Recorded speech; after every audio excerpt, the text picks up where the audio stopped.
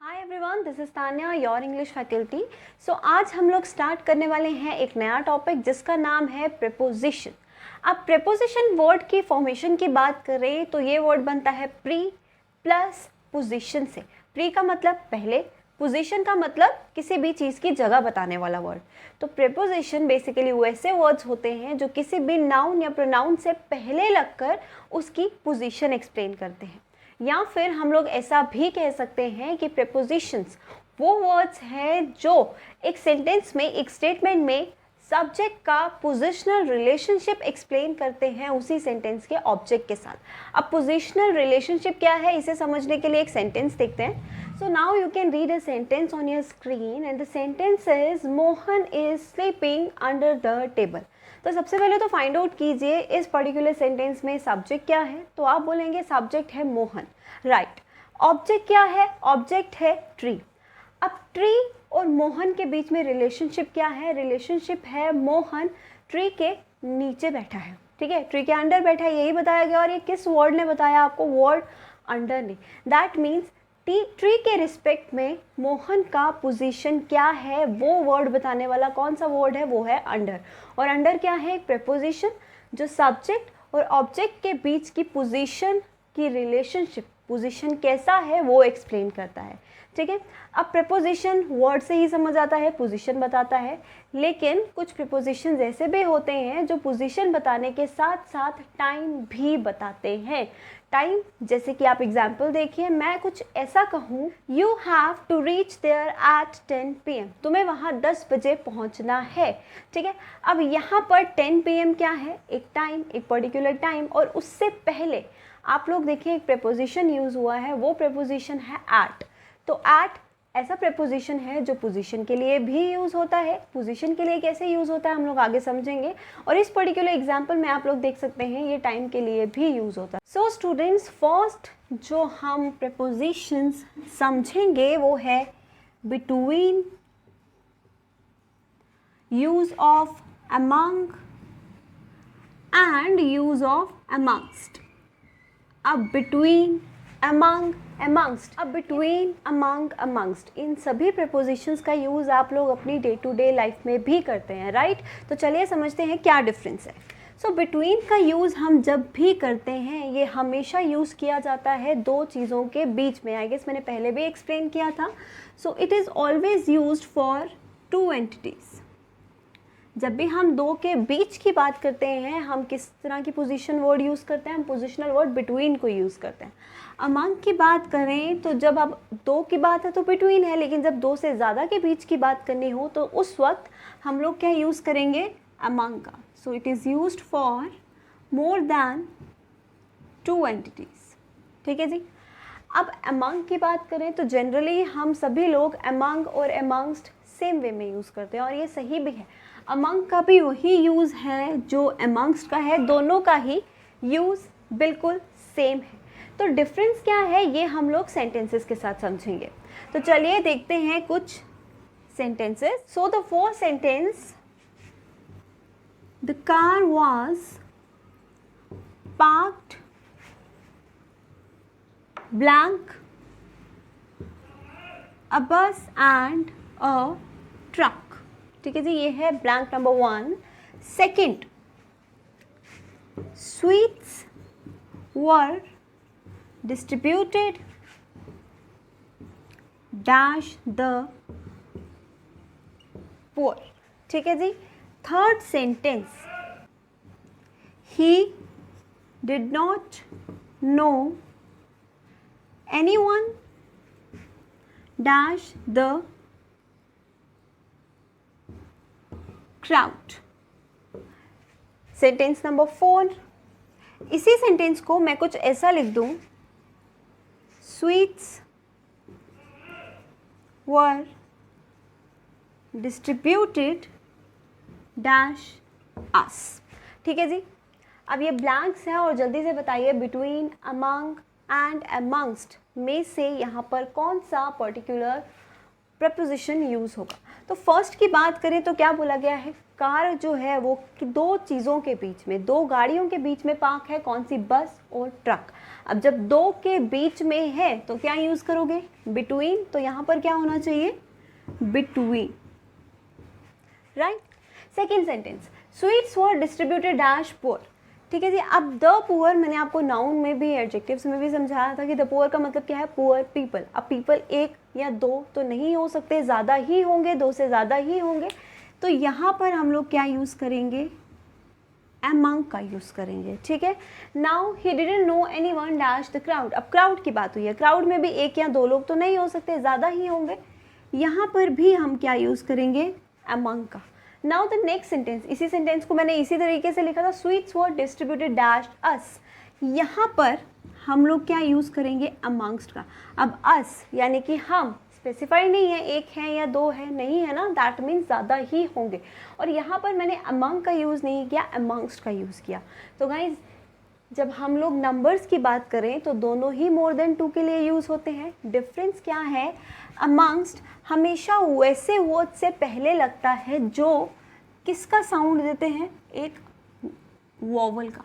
अब वॉवल मैंने बताया है AEIOU, जो मात्राएं हम लोग पढ़ते हैं, आ ई, इस सब का साउंड देने वाले वर्ड्स बेसिकली कौन से वर्ड्स होते हैं, वॉवल्स होते हैं, ठीक है। तो अस अ की साउंड देता है, वॉवल की साउंड देता है, तो इससे पहले हम लोग ने अमंगस्ट लगाया, ठीक है। यहाँ पर देखिए द क्राउड, अब द जो है वो कहीं से भी वॉवल की साउंड नहीं दे रहा, इसीलिए हम लोगों ने अमंग का यूज़ किया। तो ये मेजर डिफरेंस है अमंग और अमंगस्ट में जब लिखा जाता है, अदरवाइज दोनों का ही यूज़ मोर देन 2 के लिए यूज़ होता है। और बिटवीन पता ही है सब लोगों को, जब दो के बीच की बात हो रही है हमेशा ही बिटवीन का यूज़ किया जाता है। नाउ अदर प्रीपोजिशंस, अब हम लोग समझेंगे use of at, in and on.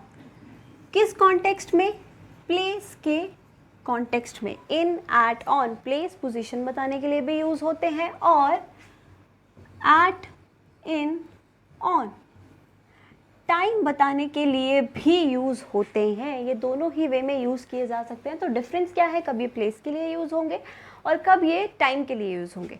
तो एट की अगर बात की जाए प्लेस के लिए, तो एट ऐसी प्लेसेस के साथ लगाया जाता है जो स्मॉल एरिया रिप्रेजेंट करती हैं। स्मॉल एरिया से मेरे कहने का मतलब है जब भी किसी टाउन, स्मॉल विलेज, ऐसा कोई नाम दिया जाए उसके लिए हम लोग एट का यूज़ करते हैं। प्लस एक जगह में किसी भी पर्टिकुलर प्लेस को रिप्रेजेंट करने के लिए भी हम लोग एट का यूज़ करते हैं। कैसे, आगे एग्जांपल्स में समझेंगे। इन की बात की जाए तो इन हमेशा ही बिगर एरिया के लिए यूज़ किया जाता है। बिगर एरिया दैट मीन्स कोई बिग सिटी, कंट्री, स्टेट, उसके लिए हम लोग क्या यूज़ करते हैं, इन का यूज़ करते हैं। बात की जाए ऑन की, तो ऑन क्या बताता है, अपर सरफेस। जब भी किसी भी चीज़ के सरफेस के ऊपर होने की बात की जाए उसके लिए हम लोग क्या यूज़ करते हैं, ऑन।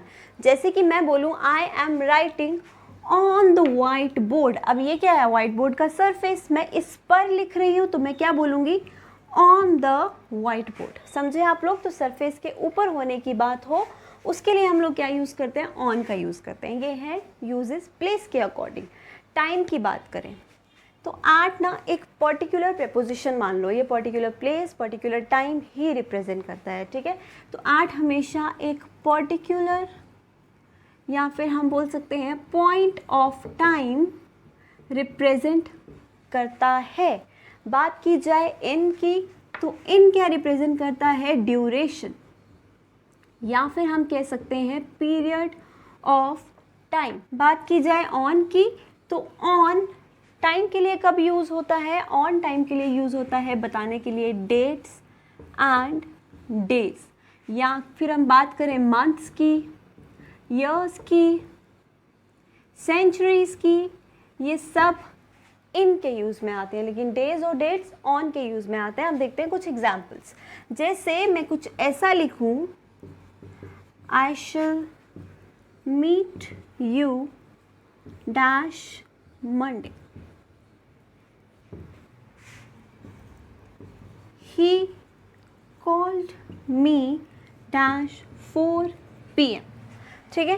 थर्ड एग्जाम्पल है I live dash Karol Bagh dash Delhi. ठीक है जी। फोर्थ सेंटेंस है there was a no smoking poster dash the wall. ठीक है। एक और एग्जाम्पल देख लेते हैं। Fifth example,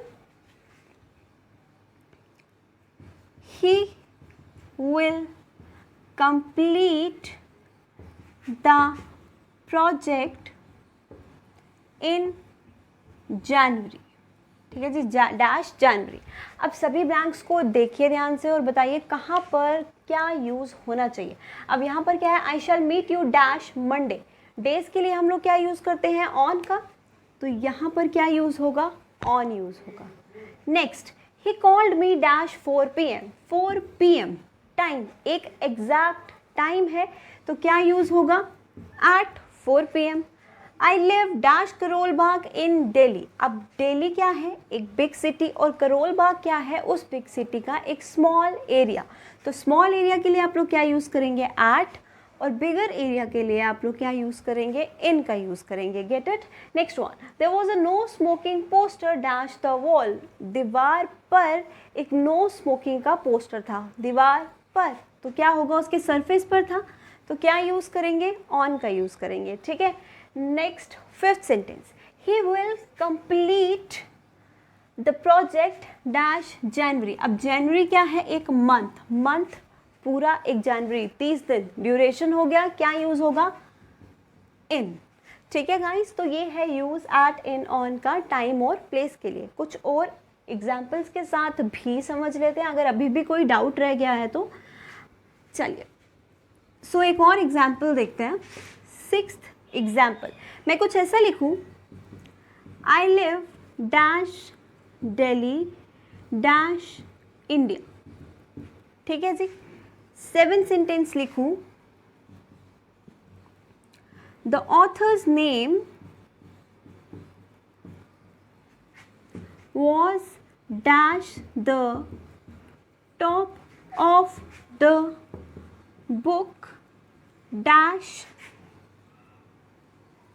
cover। ठीक है जी।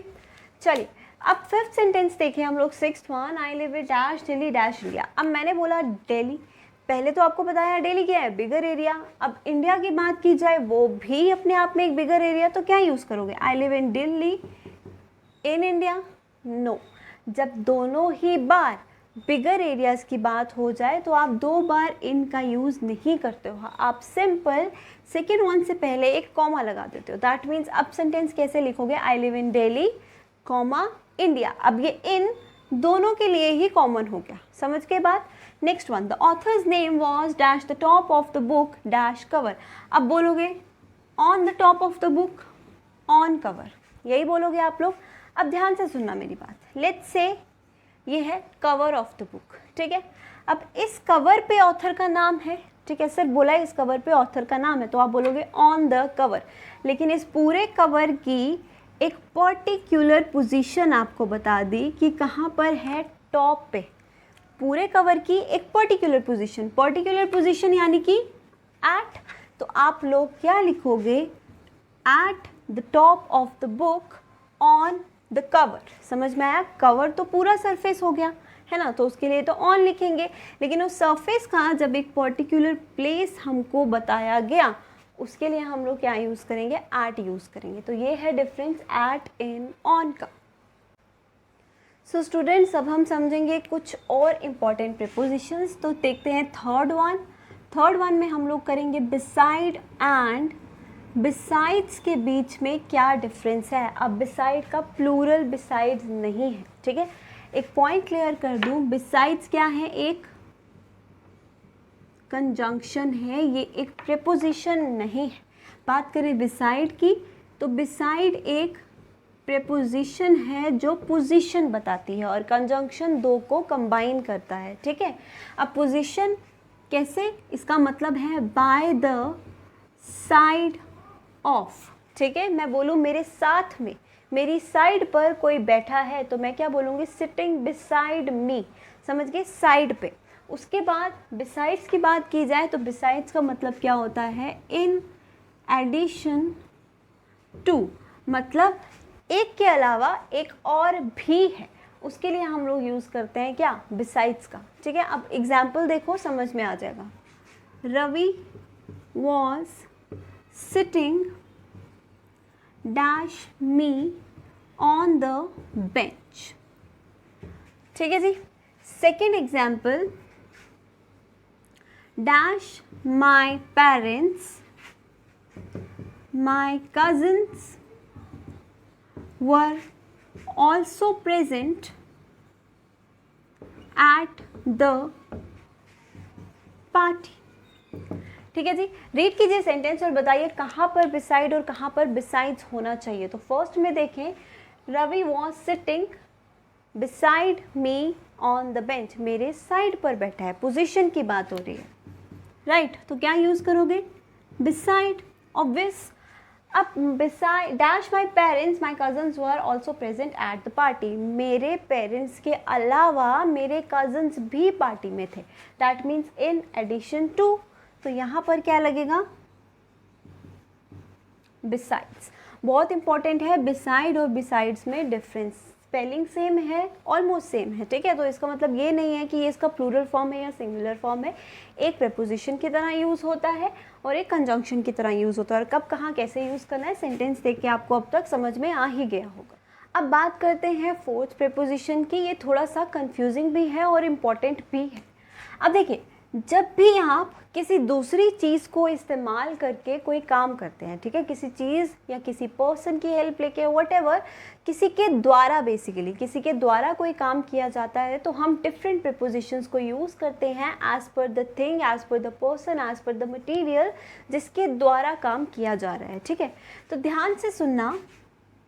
अब किसी भी मटीरियल को यूज़ करके या किसी भी चीज़ के द्वारा आप काम कर रहे हो, तो या तो काउंटेबल होगी या तो होगी अनकाउंटेबल, है ना।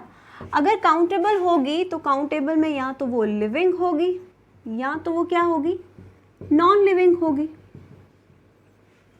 यही होगा, राइट। तो जब भी आप किसी चीज़ के द्वारा काम करते हैं और वो अनकाउंटेबल है, तो उसके लिए आप लोग यूज़ किसका करते हैं, इन का यूज़ करते हैं। ठीक है, कैसे करोगे अभी बताऊंगी। काउंटेबल है और लिविंग है, उसके लिए आप किसका यूज़ करते हैं, बाय का। बाय का मतलब इसके द्वारा। और अगर वो काउंटेबल थिंग नॉन लिविंग है तो आप किस प्रीपोजिशन का यूज़ करते हैं, विद का। ठीक है गाइस, अब एग्जाम्पल देखना, एग्जाम्पल रीड करते ही आपको क्लियर हो जाएगा। चलिए फर्स्ट एग्जाम्पल देखते हैं। So the first example is, he wrote a letter dash blood dash feather। ठीक है जी। सेकेंड एग्जाम्पल है, my finger was cut dash me dash a knife। ठीक है जी। चलिए रीड करो first sentence. He wrote a letter dash blood dash feather. उसने letter लिखा, किसके साथ लिखा, ब्लड के साथ लिखा, एक फीदर को यूज़ करके। मतलब मीडियम्स क्या क्या हो गए, किसके द्वारा लिखा गया, ब्लड और फीदर को यूज़ करके एक लेटर लिखा। अब ब्लड क्या है, काउंटेबल अनकाउंटेबल, अनकाउंटेबल है तो आप लोग क्या लिखेंगे, इन ब्लड। उसके बाद और कौन सा मटेरियल उसने यूज़ किया, फीदर क्या है, काउंटेबल अनकाउंटेबल, काउंटेबल है, लिविंग है नॉन लिविंग है, नॉन लिविंग है, तो क्या यूज़ होगा, विद।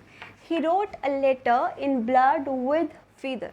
ठीक है, यहाँ तक समझ आ गया। अब नेक्स्ट सेंटेंस देखो, माई finger was cut dash me dash a knife. अब फिंगर कट हुई, एक्शन हुआ, ये किस किस चीज़ के द्वारा हुआ, एक तो मेरे द्वारा हुआ और क्या यूज़ किया उसके साथ, नाइफ यूज़ किया। अब मी क्या है, काउंटेबल, मैं तो पर्सन तो काउंटेबल ही है, ठीक है। उसके बाद लिविंग भी है तो हम क्या यूज़ करेंगे, बाय।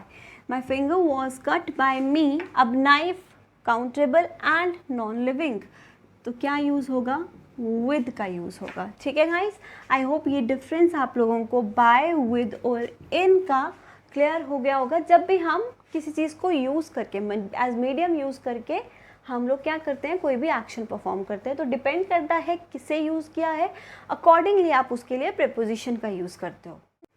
तो चलिए अब देखते हैं सेवेंथ प्रीपोजिशन। सो सेवेंथ प्रीपोजिशन में हम लोग समझेंगे difference between in and into. In and into के साथ एट्थ प्रीपोजिशन में हम लोग समझेंगे difference between on and upon. ठीक है, अब इन का यूज़ तो मैंने आप लोगों को पहले भी बताया। इन का यूज़ एक तो होता है पोजीशन के लिए। कैसी पोजीशन के लिए यूज़ होता है, जब हम बिगर सिटी की बात करते हैं। एक तो वो यूज़ हो गया जब बिग एरिया की हम लोग बात करते हैं। ठीक है, एक और यूज़ है इनका जब भी किसी पर्टिकुलर एरिया के अंदर होने की बात होती है। जैसे हम लोग अक्सर बोलते हैं I am sitting in my room. अब इन क्या है, एक इनक्लोज्ड सरफेस है और उसके अंदर हैं आप लोग। तो जब भी किसी इनक्लोज्ड सरफेस के अंदर होने की बात होती है उस वक्त भी हम लोग क्या यूज़ करते हैं, इन का यूज़ करते हैं। अब इनटू का यूज़ कब किया जाता है, इनटू का यूज़ तब किया जाता है जब आप एक इंक्लोज सरफेस में नहीं हो लेकिन आप इंक्लोज सरफेस में एंटर कर रहे हो। मतलब इनटू क्या बताता है, from outside to inside the surface का motion. From outside to inside motion. आप ऑलरेडी उस इंक्लोज्ड सरफेस में नहीं हो लेकिन आप बाहर से उस इंक्लोज सरफेस में एंट्री ले रहे हो, उसके लिए आप लोग क्या यूज़ करेंगे, इनटू का यूज़ करेंगे। ठीक है, अब ऑन की बात करूँ, ऑन का यूज़ मैं आप लोगों को बता चुकी हूँ। फॉर अ सरफेस, जब भी एक सरफेस पर कुछ है उसके लिए हम लोग क्या यूज़ करते हैं, ऑन का यूज़ करते हैं। जैसे मैं बोलूँ the pen is on my hand, अब इसके सरफेस पर है तो मैंने ऑन बोला, है ना। अब बात आती है अपॉन की। अपॉन हम तब यूज़ करते हैं जब ऑलरेडी किसी सरफेस पर कोई चीज़ है नहीं लेकिन मोशन के साथ उस सरफेस पर वो चीज़ रखी जा रही है। ठीक है, या उस सरफेस पर वो चीज़ आ रही है, उसी के लिए हम लोग यूज़ करते हैं अपॉन का। दैट मीन्स अपॉन किसके लिए यूज़ होता है, मोशन के लिए। जैसे ये एक सरफेस है, इस पर ऑलरेडी कुछ पड़ा है तो क्या होगा, ऑन। ये सरफेस है और मैं कहूँ कि एक कैट है। ठीक है, अब कैट कैसा बनाया उस पर हंसने की ज़रूरत नहीं है। ठीक है, एक कैट है और वो इस सरफेस पर जंप करके इसके ऊपर आकर बैठती है, तो उस वक्त मैं उसके मोशन को किससे रिप्रेजेंट करूँगी, अपॉन से रिप्रेजेंट करूँगी। ठीक है, अब देखते हैं कुछ examples in, on, upon, into की। फर्स्ट एग्जांपल, पहले इन इनटू का देखते हैं। मैं कुछ ऐसा लिखूँ, he is sitting dash the classroom।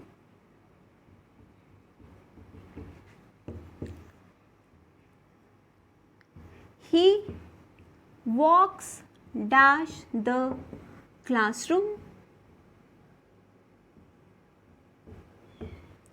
Number 3, he jumps dash the river।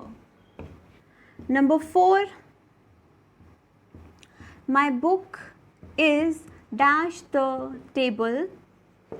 Number 5, my dog sprang dash the table and sat dash it।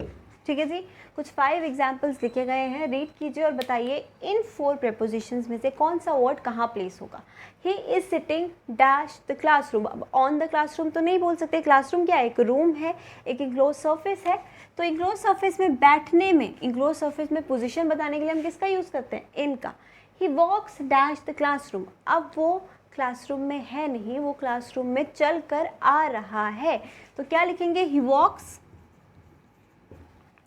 Into the classroom. ठीक है, he jumps dash the river. उसने river में jump किया, क्या already river में है, नहीं, he is not in the river, he is jumping into the river.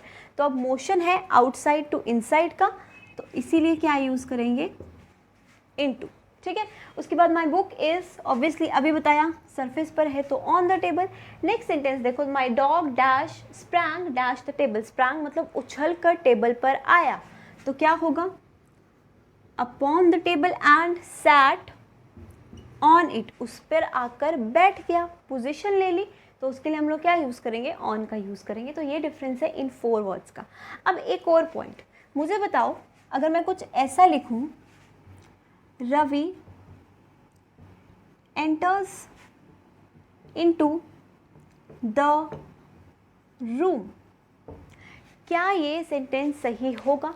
तो आप लोग बोलेंगे हाँ जी मैम ये सेंटेंस बिल्कुल सही है, क्योंकि रूम में एंट्री ले रहा है, आउटसाइड टू इनसाइड मोशन है, तो सही होगा। ठीक है जी, मान लिया आपकी बात। अब मुझे एक वर्ड बताइए कि एंटर वर्ड का मतलब क्या है? एंटर वर्ड का क्या मतलब है? एंटर वर्ड का मतलब है बाहर से अंदर की तरफ जाना, बाहर से अंदर की तरफ एंट्री लेना। तो उसके लिए हम लोग ने इनटू का यूज़ क्यों किया? तो हमेशा ध्यान रखो, जब भी आउटसाइड टू इनसाइड का मोशन दिखाया जाता है और एंटर वर्ड दिया हो, उसके साथ हम इनटू ऐसे वर्ड्स का यूज़ नहीं करते। सिंपली लिखोगे he enters into the room. लेकिन एक और इम्पॉर्टेंट पॉइंट नोट कर लो, एक वर्ड है एंटर इनटू, इसे मैं एक फ्रेज प्रेपोजिशन भी कह सकती हूँ। मैंने फ्रेज प्रेपोजिशन बताया था, दो या दो वर्ड से मिलकर बनते हैं। इसे हम लोग फ्रेजल वर्ब्स भी कहते हैं, जो एक वर्ब और एक प्रेपोजिशन को मिलाकर बनता है। अब एंटर इनटू साथ में यूज़ किया जाता है, लेकिन ये आउटसाइड टू इनसाइड का मोशन नहीं बताता। ये एंटर इनटू बताता है जब भी आप किसी मैटर में घुसने की बात करते हो। ठीक है, he is trying to enter into my matter, ठीक है, वो मेरे मैटर में घुसने की कोशिश कर रहा है। तो एंटर इनटू का यूज़ हम कब करते हैं? जब भी किसी के मैटर में, किसी के डिसीजन में इंटरफेयर करते हो, घुसने की कोशिश करते हो, तो हम यूज़ करते हैं एंटर इनटू। बाहर से अंदर आने के लिए हम लोग कभी भी एंटर इनटू यूज़ नहीं करते, सिर्फ एंटर इनटू करो, या फिर मैंने लिखा है वॉक्स इनटू, इसका यूज़ करो। ठीक है, सो आई होप ये पॉइंट आपको क्लियर हो गया होगा, और ये पॉइंट इंपॉर्टेंट भी है गाइस। समझते हैं कुछ और इम्पॉर्टेंट टाइम प्रेपोजिशंस, जैसे सिंस, फॉर, फ्रॉम। अब सिंस और फॉर का यूज़ मैंने आप लोगों को टेंस में भी बताया है। सिंस को हम लोग कब यूज़ करते हैं? परफेक्ट टेंस में। क्या बताने के लिए? एक पर्टिकुलर टाइम बताने के लिए। परफेक्ट टेंसेज में या परफेक्ट कॉन्टिन्यूअस टेंसेज में इसका यूज़ किया जाता है। फॉर की बात करूँ तो फॉर क्या बताता है? ड्यूरेशन बताता है गाइस। ठीक है, फॉर क्या बताता है? ड्यूरेशन बताता है। टेंसेज में तो हमने फॉर का यूज़ किसके साथ किया था? परफेक्ट टेंस या परफेक्ट कॉन्टिन्यूअस टेंस में। लेकिन जनरली ड्यूरेशन बताने के लिए ऑल हर तरह के टेंस में यूज़ किया जा सकता है, ग्रामेटिकली इनकरेक्ट नहीं होगा। अब बात की जाए फ्रॉम की, तो फ्रॉम भी क्या बताता है? एक पर्टिकुलर टाइम ही बताता है। लेकिन क्या डिफरेंस होगा फिर सिंस और फ्रॉम में? क्योंकि सिंस भी तो पर्टिकुलर टाइम ही बता रहा है, लेकिन सिंस का एक लिमिट है। वो लिमिट क्या है कि सिंस सिर्फ परफेक्ट टेंस या परफेक्ट कॉन्टिन्यूअस टेंस में ही यूज़ होगा, लेकिन परफेक्ट टेंस को छोड़कर बाकी कोई भी टेंस, प्रेजेंट, फ्यूचर, कंटिन्यूअस, इस तरह के टेंसेस में हम लोगों को अगर पर्टिकुलर टाइम रेफ़र करना है तो उस वक्त हम किसका यूज़ करेंगे? फ्रॉम का। तो other tense except perfect tense, उसके लिए हम लोग यूज़ करते हैं फ्रॉम का। अब कुछ एग्जाम्पल से समझते हैं। मैं कुछ ऐसा लिखूं, I have lived here dash 1945, number 1। Number 2, he is ill dash 2 days. He has been working dash last 2 hours. ठीक है जी। I shall start this campaign dash 2021। ठीक है जी गाइस, चलिए अब फर्स्ट सेंटेंस रीड करो। आई हैव लिव्ड हेयर डैश 1945। अब have lived, have verb का third form, कौन सा टेंस है? परफेक्ट टेंस है, प्रेजेंट परफेक्ट टेंस है। और प्रेजेंट परफेक्ट टेंस के साथ साथ इसमें एक एग्जैक्ट टाइम, एक एग्जैक्ट ईयर का नाम दिया गया, तो किसका यूज़ करोगे? सिंस का। क्या आएगा यहाँ पर? सिंस ही आएगा। नेक्स्ट में he is ill dash 2 days, वो 2 दिन से बीमार है। 2 दिन क्या हुआ? ड्यूरेशन। तो क्या आएगा? फॉर। और टेंस को हम फॉर के केस में नहीं रखेंगे, इग्नोर करेंगे। He has been working dash last 2 hours, वो पिछले 2 घंटे से काम कर रहा है। अब आप बोलेंगे हैज़ बीन है तो ये परफेक्ट कॉन्टिन्यूअस हुआ, 2 आवर्स लिखा है, ड्यूरेशन है तो फॉर होना चाहिए। लेकिन ध्यान से देखो क्या बोला है, लास्ट 2 आवर्स। अब 2 आवर्स को एक एग्जैक्ट पॉइंट ऑफ टाइम बना दिया, क्या लगा के, लास्ट बना के, लास्ट यानी कि पिछले 2 आवर्स स्पेसिफिक हो गया, तो इसीलिए हम यहाँ पर सिंस लिखेंगे। अगर यहाँ पे लास्ट नहीं होता तो आप फॉर ही लिखते। Next, I shell start this campaign dash 2021, मैं 2021 से ये कैंपेन स्टार्ट करूँगा। अब पर्टिकुलर टाइम दिया है, टेंस देखा जाए तो फ्यूचर टेंस है, तो एक्सेप्ट परफेक्ट टेंस हम किसका यूज़ करते हैं, फ्रॉम का। पर्टिकुलर टाइम दिया है तो यहाँ पर क्या होगा, फ्रॉम होगा। ठीक है गाइस, तो ये है difference between usages of since, for and from. Now next preposition है use of and use of double of.